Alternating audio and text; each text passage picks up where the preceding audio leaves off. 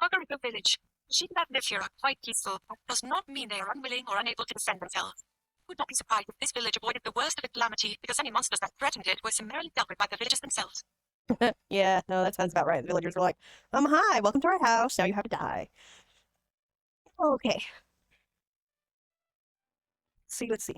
This is a village, so you gotta zoom in a little bit to see where everything is at.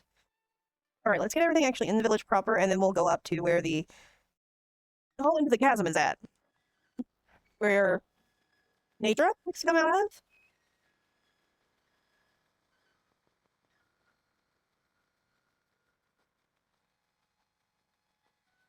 Clothing shop? Or is it in here? No, it's not gonna be in there. Where's the clothing shop?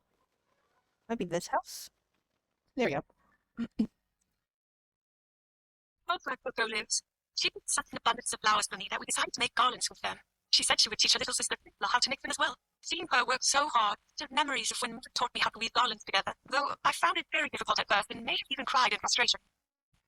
Yeah, no, that's legit. I don't know how you do that. I think whenever I was younger I tried. It just did not work.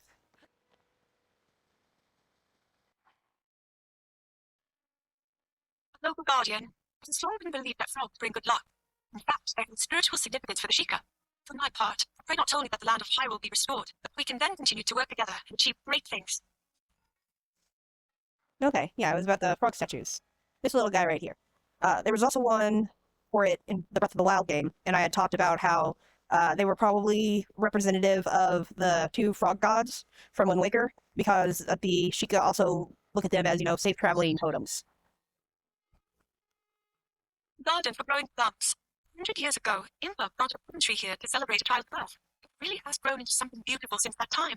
The care Melly has put into maintaining this place is clear to see. What did I think of it? Could she be? Probably. Because she did say that, the chieftain planted a tree for her when she was born. Alright. Is it up here? Yep. Beautiful fish with a unique pattern living in waters beneath the falls. There must be the ornamental fish Sheikah researchers worked tirelessly to breed here 100 years ago. Their efforts were certainly hindered by the calamity, but it doesn't surprise me that the Sheikah would still find a way to finish their work. Yeah. Alright, and then it looks like the other one is...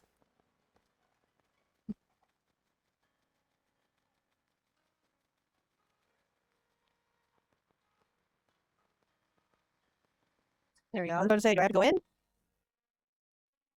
To visit a friend that I'd not seen in 100 years. She had been advisor to the royal family, and following the calamity, she became the leader of this village while awaiting my return.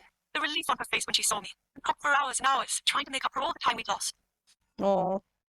Alright, now up to... Is there a shrine over there? No. Alright. Up to the chasm. I wonder if this is where one of the first chasms appeared.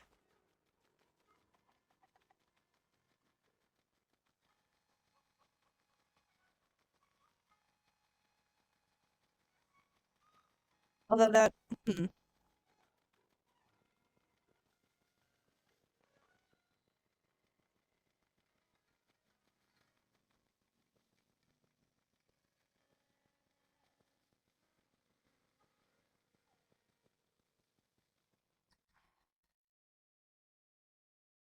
Seems the great fairy Kotera no longer lives here. I have heard that the only truly appropriate offering to her was rubies, and after the villagers started offering vegetables, thinking that would suffice, Kotera quickly grew weak. She was too considerate of the villagers' feelings to say anything, though.